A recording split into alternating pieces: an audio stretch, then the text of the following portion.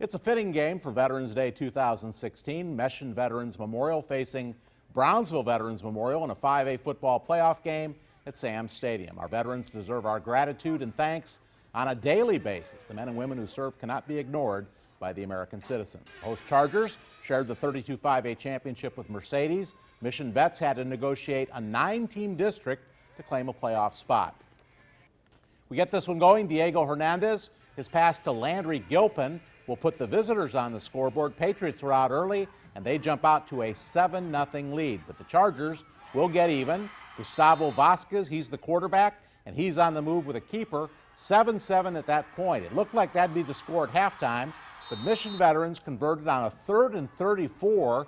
Buda Gonzalez with the grab, 14-7 Mission Vets, and they go on to win tonight, 35-14. The Patriots will face the winner of Flower Bluff and Southside. It's the annual playoff game known as UIL Musical Chairs. Each week, half the chairs are picked up when half the field is eliminated in by-district action. It goes on like this until one team is left standing in each of the state championships. Many are called, few are chosen. 6A football has been relatively stable this opening weekend, but a look at Dave's dozen shows some last-minute scores change some things up. Harlingen and Los Fresnos, both winners on Thursday night on the sub-6A side. Pioneer faced a tougher road, but there you see Vela was a loser tonight, and also McAllen Memorial lost. Now the tough road. For Pioneer, top-ranked Diamondbacks had to face a dangerous Edinburg Chelsea team with an explosive passing attack. Marco Aguinaga has been a handful for opposing defenses this year. Tonight was no exception as the Jackets pick up a neutral field win in Donna. Channel 5's Brandon Ortega live for us at Benny-LaPrade Stadium. Brandon, fill us in.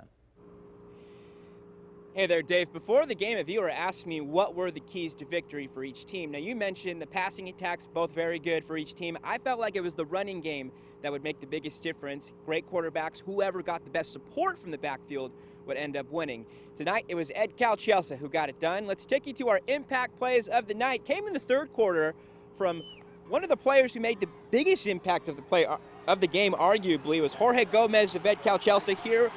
Given a great spark, 55-yard run, one of many great runs on the night for Gomez, taking his team inside the 5, and then on the very next play, Gomez finishing what he started, the leading rusher on the night, helping the Jackets move on with a convincing 45-28 win tonight over the Pioneer Diamondbacks. So the playoff picture continues to take shape as we bring you live back to Donna at Benny-LaPrade Stadium. So Edinburg Chelsea will face Corpus Christi King in the area round. Let's go back to you, Dave.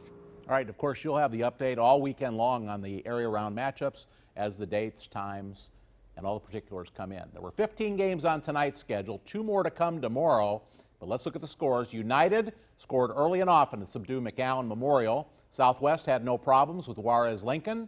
Del Rio Rose started at 7, first game to finish, and it goes the Rams' way 40-7. And United South completed the sweep of the 436A qualifiers.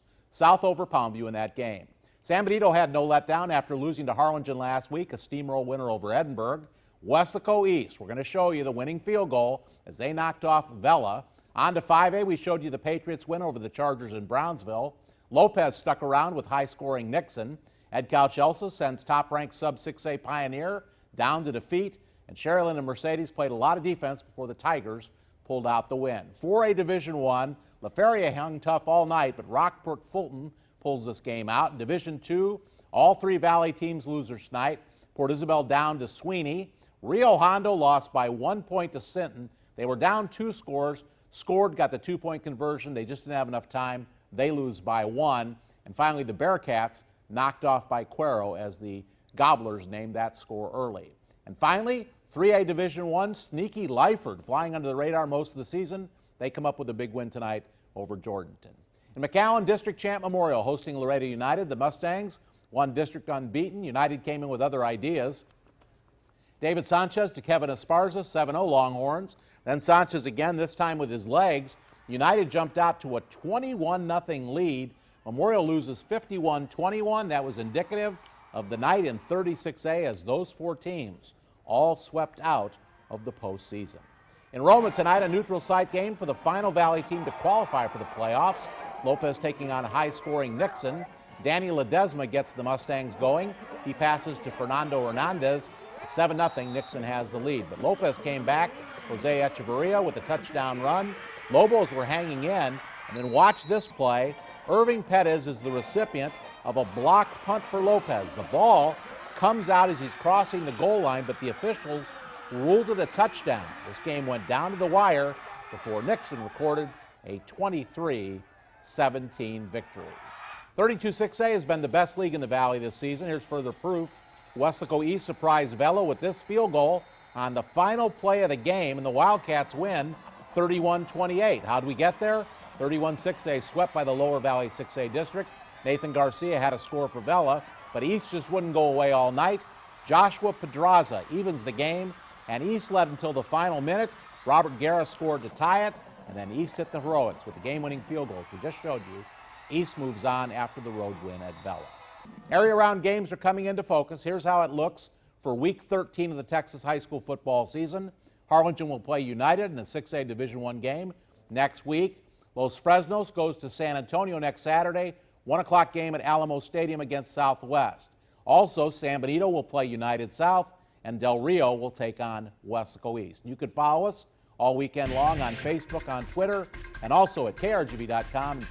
Keep up with Brandon as Brandon Ortega has the latest on our Channel 5 newscasts. This has been First and Goal Final for Friday, November 11th. I'm Dave Brown. We'll see you next week.